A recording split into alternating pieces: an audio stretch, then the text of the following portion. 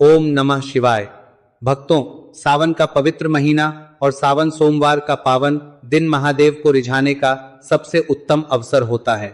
लेकिन क्या आप जानते हैं कि सावन महीने हमारी एक अनजानी गलती भी भोलेनाथ को रुष्ट कर सकती है।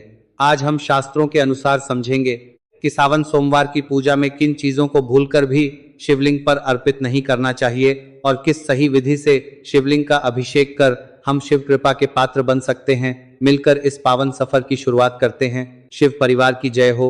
हर हर महादेव। सावन सोमवार में शिवलिंग पर भूल कर भी ना चढ़ाएं। यह 5 चीज आज हम इस वीडियो में जानेंगे कि शिवलिंग पर क्या नहीं चढ़ाना चाहिए और क्या चढ़ाने से महादेव तुरंत प्रसन्न हो जाते हैं, और वो ऐसी कौन सी चीज है जिसे चढ़ाने से महादेव क्रोधित होते हैं और आपको पाप भी लग सकता है, आपका व्रत खंडित हो सकता है।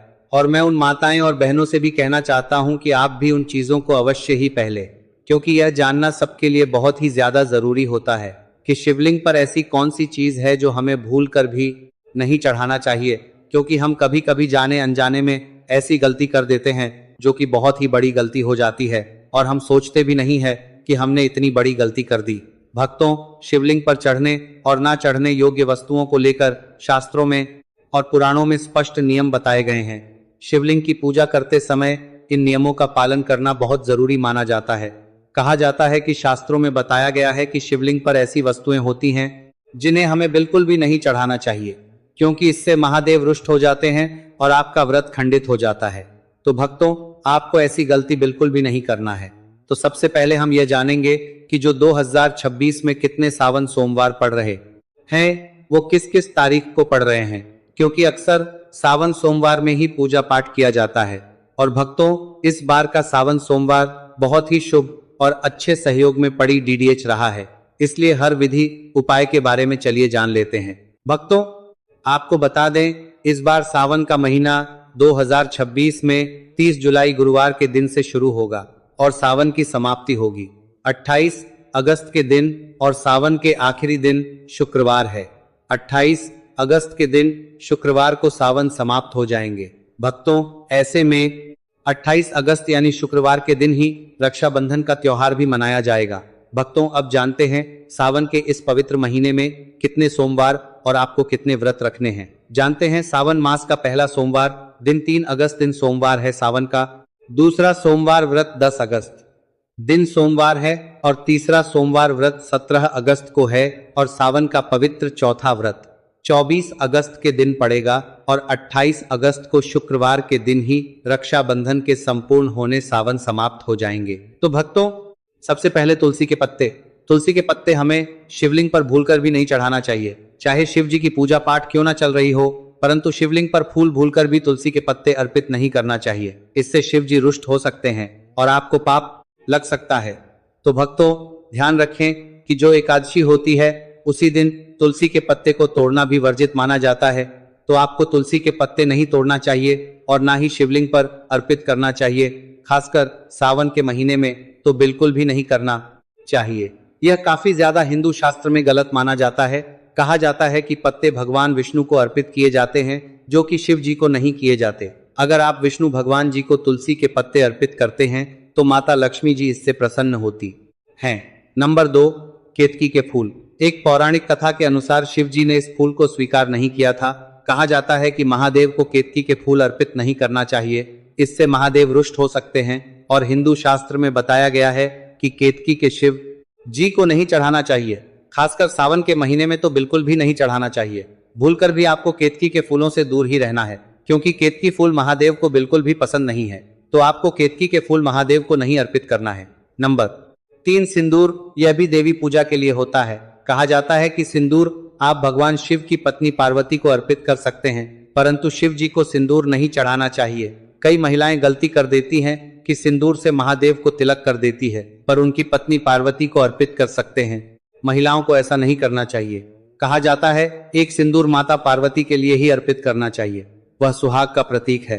तो आप माता पार्वती को सिंदूर का दान कर सकती हैं, परंतु महादेव को सिंदूर नहीं चढ़ाना चाहिए। सिंदूर का शिवलिंग पर चढ़ना निषेध माना गया है। नंबर 4, शंख से जल। शंख से जल भी शिव जी को नहीं चढ़ाना चाहिए। कहा जाता है कि शंख भगवान विष्णु का प्रतीक माना जाता है और शंख से शिव जी को जल भी नहीं चढ़ाना चाहिए। शंख समुद्र से उत्पन्न है और शिव जी ने समुद्र मंथन के समय विष पिया था, इसीलिए इसे वर्जित माना जाता है। कहा जाता है कि अगर कोई व्यक्ति शिव जी को शंख से जल चढ़ाता है तो उनको ऐसा नहीं करना चाहिए, क्योंकि हमारे हिंदू धर्म में यह कहा गया है कि शंकर जी को शंख से जल नहीं चढ़ाना चाहिए। धार्मिक मान्यताओं के अनुसार भगवान शिव निराकारी विश्व में ही पूर्ण है, उन्हें किसी की पूजा की आवश्यकता नहीं है, लेकिन भगवान शिव अपने भक्तों के प्रेम को स्वीकार करते हैं। इस कारणवश अगर उनकी कृपा पाने के लिए शिवलिंग पर लोग जल चढ़ाते हैं, आपको हमेशा इस बात को याद रखना होगा। सावन सोमवार में भगवान शिव को जल देते समय उसमें 2-4 बूंद गंगा जल जरूर मिला लें। ऐसा करने से ना केवल आपकी पूजा संपन्न हो जाती है, बल्कि भगवान शिव जी की कृपा आपको तुरंत प्राप्त होती है। नंबर 5, टूटे हुए चावल। महादेव को टूटे हुए चावल भी नहीं चढ़ाना चाहिए। कहा जाता है कि सावन के महीने में टूटे हुए चावल महादेव को अर्पित नहीं करना चाहिए, से महादेव रुष्ट हो सकते हैं। तो आप जब भी शिव जी की पूजा करें तो चावलों को एक अलग बीन कर रख ले और तब शिव जी पर अर्पित करें। खंडित और टूटे हुए चावल अर्पित ना करें, खासकर सोमवार के दिन, तो यह आपको बिल्कुल भी नहीं करना है। कटे फटे बेलपत्र भी शिव जी को नहीं चढ़ाना चाहिए। कहा जाता है कि बेलपत्र एकदम स्वच्छ और शुद्ध होना चाहिए, कहीं से भी दोष युक्त बेलपत्र अर्पित नहीं करना चाहिए। और शिव जी को चावल बिना जल में भिगोए हुए सूखे अक्षर सूखे चावल शिव जी को नहीं चढ़ाना चाहिए। नंबर 6, शिवलिंग पर हल्दी भी नहीं चढ़ाना चाहिए। तो चलिए आपको यह भी बता देते हैं कि शिवलिंग पर हल्दी क्यों नहीं चढ़ाई जाती। कहा जाता है कि हमारे हिंदू धर्म में शिवलिंग पर हल्दी इसलिए नहीं चढ़ाई जाती क्योंकि हल्दी में गर्म तैसीर होती है, जबकि महादेव शीतल चीज पसंद है, यानी कि ठंडी जो उनको ठंडक दे, जबकि हल्दी गर्म चीज होती है। और भी हम जानते हैं कि शिवलिंग पर हल्दी क्यों नहीं चढ़ाई जाती है। कहा जाता है कि भगवान शिव को विराट तपस्वी और अहंकारी का प्रतीक माना जाता है, वो वैरागी है, और हल्दी को शुद्धता, सौंदर्य और प्रजनन का प्रतीक भी माना जाता है। कहा जाता है कि शिवलिंग में स्वयं वैराग्य और सन्यासी का प्रतिनिधित्व होता है, इसीलिए और प्रजनन से जुड़ी वस्तुएं जैसे हल्दी, मेहंदी आदि उन्हें अर्पित नहीं की जाती। हल्दी का संबंध परंपरागत रूप से स्त्रियों के विवाह और सौभाग्य से जुड़ रहा है। जाता है कि भगवान से साध्वी, तपस्वी और निर्गुण ब्रह्म का प्रतिभा में हल्दी का स्वरूप मेल नहीं खाता, इसीलिए भी शिवलिंग पर हल्दी नहीं चढ़ाई जाती। और भी इसका कारण है, जैसे कि गर्म हल्दी गर्म तासीर की होती है और शिव जी को शीतलता पसंद है, इसीलिए शिवलिंग पर दूध, जल, बेलपत्र, भस्म आदि शीतल और सात्विक चीजें चढ़ाई जाती है। शिव जी को चंदन भी चढ़ाया जाता है जो कि ठंडक देता है। कहा जाता है शिव जी को चंदन चढ़ाना काफी ज्यादा शुभ और फलकारी माना गया है। चलिए अब वो भी जान लेते हैं कि हमें शिवलिंग पर कौन सी चीज है वो चढ़ाना चाहिए। शिवलिंग पर कौन सी चीज चढ़ाने का धार्मिक महत्व होता है। हिंदू धर्म ग्रंथों के अनुसार शिवलिंग पर कुछ विशेष वस्तुएं चढ़ाने से विशेष फल की प्राप्ति होती है। सबसे पहले तो शिवलिंग पर 1 लोटा जल आपको सावन के महीने में जरूर ही चढ़ाना चाहिए, क्योंकि भगवान शिव इतने भोले हैं कि वो 1 लोटा जल से ही प्रसन्न हो जाते हैं। अगर कोई श्रद्धा से 1 लोटा शिवलिंग पर चढ़ा देता है तो समझिए भगवान को उसने प्रसन्न कर लिया। जल शांत भाव से जल अर्पित करने से मन को शांति मिलती है। कच्चा दूध, भगवान शिव को कच्चा और शुद्ध ठंडा दूध बहुत प्रिय है और इससे सौभाग्य और सुंदरता की प्राप्ति होती है। दही शिव जी को ठंडक प्रदान करता है और भक्तों को भी शांति प्रदान करता है। शहद शिवलिंग पर जरूर ही चढ़ाना चाहिए। मिठास जीवन में मिठास भरने के लिए और मनोकामना पूर्ति के लिए शिवलिंग पर शहद अवश्य ही चढ़ाई जाती है। अग्नि तत्व को शांत करने के लिए यह होता है, इसलिए शिवलिंग पर की आवश्यक गंगाजल, अत्यंत पवित्र माना जाने वाला गंगाजल सभी अभिषेकों में विशेष रूप से उपयोगी माना जाता है। तो आप सावन के महीने में थोड़ा सा गंगाजल मिलाकर जल चढ़ा सकते हैं। बेलपत्र शिव जी को सबसे ज्यादा प्रिय है। बेलपत्र शुभ कार्य माना जाता है। आप 3 पत्तियों वाला बेलपत्र भी चढ़ा सकते हैं। अगर आपके पास 3 पत्ता वाला बेलपत्र नहीं है तो आप 1 पत्ता वाला भी बेलपत्र चढ़ा सकते हैं। भक्तों, अगर आप चाहते हैं कि सावन के पवित्र महीने में भगवान शिव जी का आपको सीधे आशीर्वाद मिल जाए, आपका व्रत सफल हो जाए, तो आप भगवान शिव जी को धतूरा अवश्य ही चढ़ा दीजिएगा। शास्त्रों में, वेद पुराणों में, शिव पुराण में साफ साफ लिखा हुआ है कि सावन सोमवार में भगवान शिव जी को धतूरा चढ़ाना बहुत ही कल्याणकारी और फलकारी होता है।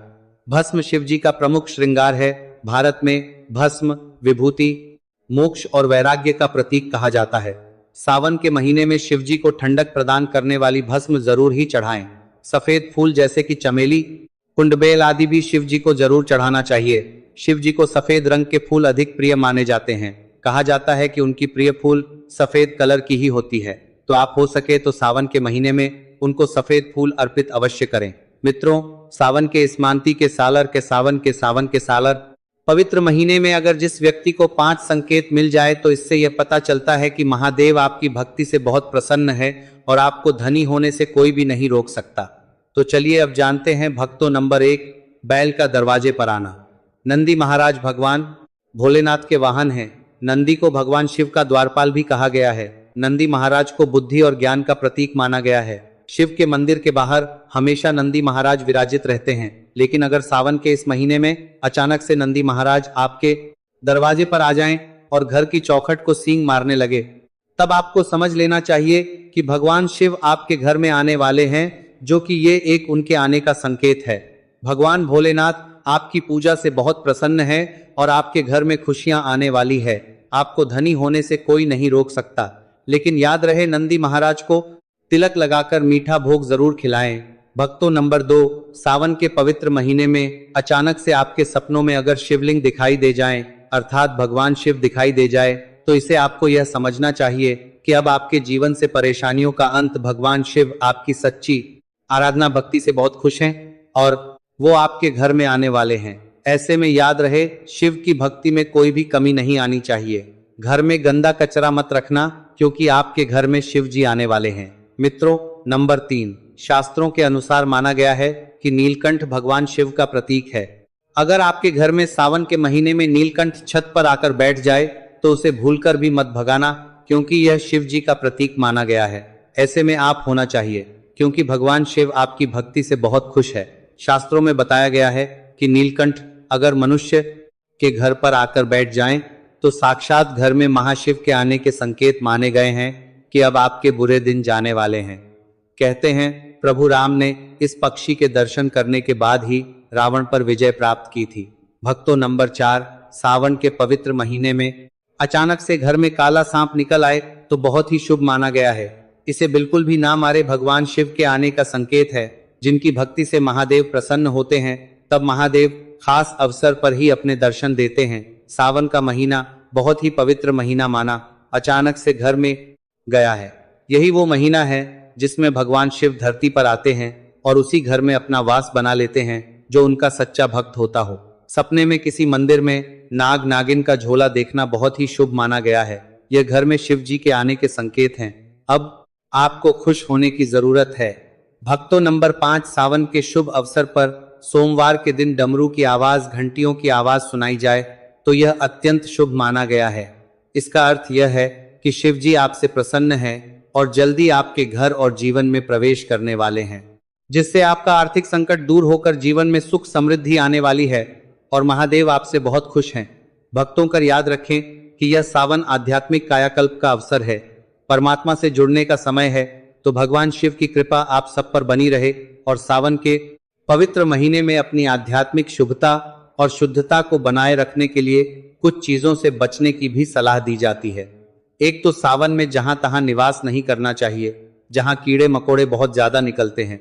आपके घर में बुराई और नकारात्मकताएं बढ़ जाती हैं, तो इस मौसम में अपने घर को हर समय साफ सुथरा आपको रखना चाहिए। मित्रों, कूड़ा कचरा नहीं इकट्ठा करके रखना चाहिए। सुबह शाम आपको सुगंधित धूप करनी चाहिए। इससे एक तो घर का वातावरण पवित्र रहता है और कम से कम ओम नमः शिवाय का कम से कम 11 माला का या एक ही माला कीजिए। लेकिन सच्चे दिल से आपको जाप अवश्य करना चाहिए कि पूरे महीने में आपको शुद्ध सात्विक भोजन करना चाहिए। भूल से भी मांस, मछली, अंडा, लहसुन, प्याज, मदिरा आदि किसी भी प्रकार के मांसाहार हुआ या नॉनवेज हुआ, ड्रिंक्स आदि हुई, नशे की चीजें हुई, इससे आपको परहेज रखना चाहिए। व्रत के दिन फलाहार करना चाहिए, यह श्रेष्ठ होता है। और नहीं कर सकते तो कम से कम एक समय सात्विक भोजन करें। भोजन बनाए भी तो पूरी शुद्धता के साथ आपको देसी घी में या सरसों के तेल में ही भोजन बनाना चाहिए। और जो लोग फलाहार है या वो लोग एक समय सात्विक भोजन भी कर सकते हैं। गलत भोजन तामसिक माना जाता है और यह आपके आध्यात्मिक विकास में बाधा बनता है। यह आपके दिमाग और शरीर के संतुलन को बिगाड़ देता है। आपके स्वास्थ्य और आपके आध्यात्मिक कल्याण आज तक आपकी जितनी पद यात्रा हुई है वह सभी के फल को नष्ट कर देता है। पाचन तंत्र सावन के महीने में धीमी गति से काम करता है, इसीलिए इस मौसम में विशेष रूप से खान पान अगर नहीं भी सही रखा गया तो आपकी सेहत खराब हो जाएगी। इसीलिए आपको ध्यान रखना चाहिए, नियमों का पूरी तरह से पालन करें। व्रत को अधूरा नहीं छोड़ना चाहिए। जैसे कुछ लोग 4 सोमवार व्रत का संकल्प लेते हैं लेकिन 2 व्रत करके छोड़ देते हैं। अगर आपको लगता है मित्रों मैं 4 सोमवार नहीं कर पाऊंगा, 2 सोमवार ही कर पाऊंगा, तो मन में 2 का ही संकल्प लीजिए। बाद में आपकी इच्छा हो तो 4 सोमवार या 5 सोमवार का आप संकल्प ले सकते हैं, या फिर आपको संकल्प लेने की आवश्यकता ही नहीं है। आप मन में कर लीजिए कि मुझसे जितने हो पाएंगे मैं उतना ही करूंगा। यह सोचकर आचरण को पवित्र करके किसी का भी दिल को दुखाए बिना आपको व्रत को धारण करना चाहिए। आप देखेंगे कि यही सावन का महीना आपको कितना फलदायी होगा। किसी भी प्रकार के नकारात्मक विचार है, क्रोध है, हानि है, आप मंदिर आदि में जाएंगे, किसी के ऊपर बुरी नजर रखना या किसी के प्रति झूठे आकर्षण से बचना और शादीशुदा महिलाओं से बातचीत करना या छेड़खानी करना, पराई स्त्रियों से, पराये पुरुषों से संपर्क बनाना, यह सभी चीजें आपकी आध्यात्मिक यात्रा में बाधाएं पैदा करती हैं। अपने विचारों को रखें, किसी प्रकार का अशुद्ध विचार भी मन में ना लाए, अशुद्ध व्यवहार ना करें, अपनी यौन पवित्रता को भी बना करके रखें, किसी भी तरह के माया जाल में ना फंसे। कायाकल्प का काल है और जीवन साथी के साथ भी आपको मर्यादा पूर्ण और अच्छा व्यवहार करना चाहिए। किसी भी तरह के झागर रहें, खराब व्यवहार यह संबंधों में दूरियां बनाते हैं। इसलिए जितना संभव हो रिलैक्स रहे और दूसरों पर गुस्सा करने से आपको बचना चाहिए। मित्रों, आपको इस दौरान किसी भी पंचायती में भी नहीं पड़ना चाहिए, क्योंकि दूसरों की नकारात्मक ऊर्जाएं आप अपने अंदर घर कर रहे हैं। झूठ का सहारा लेकर के किसी भी काम को ना करें। प्रिय भक्तों, यदि आपने अभी तक वीडियो को लाइक नहीं किया है तो एक बार लाइक अवश्य कर दीजिए, और यदि आप भगवान भोलेनाथ के सच्चे भक्त हैं तो कमेंट बॉक्स में श्रद्धा से अवश्य लिखें हर हर महादेव। साथ ही इस वीडियो को अपने परिवार और मित्रों के साथ जरूर साझा करें ताकि अधिक से अधिक लोगों तक भगवान शिव की महिमा और सावन माह की सही जानकारी पहुंच सके। टूटे हुए चावल महादेव को अर्पित नहीं करना चाहिए, इससे महादेव रुष्ट हो सकते हैं। तो आप जब भी शिव जी की पूजा करें तो चावलों को एक अलग बिन कर रख ले और तब शिव जी पर अर्पित करें। खंडित और टूटे हुए चावल अर्पित ना करें। खासकर सोमवार के दिन तो यह आपको बिल्कुल भी नहीं करना है। कटे फटे बेलपत्र भी शिव जी को नहीं चढ़ाना चाहिए। कहा जाता है कि बेलपत्र एकदम स्वच्छ और शुद्ध होना चाहिए, कहीं से भी दोष युक्त बेलपत्र अर्पित नहीं करना चाहिए। और शिव जी को चावल बिना जल में भिगोए हुए सूखे अक्षर, सूखे चावल शिव जी को नहीं चढ़ाना चाहिए। नंबर 6, शिवलिंग पर हल्दी भी नहीं चढ़ाना चाहिए। मेरे प्यारे भक्तों, क्या आप जानते हो, एक गलती और पूरी जिंदगी बर्बाद। भक्तों, आप माने या ना माने, और बात तो सच है, क्योंकि सावन सोमवार के दिनों में भूलकर भी ऐसी गलतियां नहीं करनी चाहिए। राधे राधे। भक्तों और दर्शकों का आज के इस बेहद विशेष, अलौकिक और महाकल्याणकारी वीडियो में हृदय से स्वागत है। जी हाँ दोस्तों, क्या आप जानते हैं कि हमारे सनातन धर्म में सावन का महीना भगवान शिव की आराधना के लिए सबसे पवित्र और फलदायी माना गया है। लेकिन इसी पावन महीने में अनजाने में की गई सिर्फ एक छोटी सी भूल, सिर्फ एक गलती आपकी पूरी जिंदगी को तबाह और बर्बाद कर सकती है। हाँ भक्तों, ये कोई सुनी सुनाई या हवा हवाई बात नहीं है, बल्कि हमारे प्राचीन वेदों, महापुराणों और शिव महापुराण में पूर्णतः प्रमाणित है। बिल्कुल सच है और स्पष्ट अक्षरों में लिखा गया है कि सावन के पवित्र महीने में, विशेषकर सावन सोमवार के पावन व्रत के दिनों में, ऐसी भयंकर गलतियां भूल कर भी किसी को नहीं करनी चाहिए।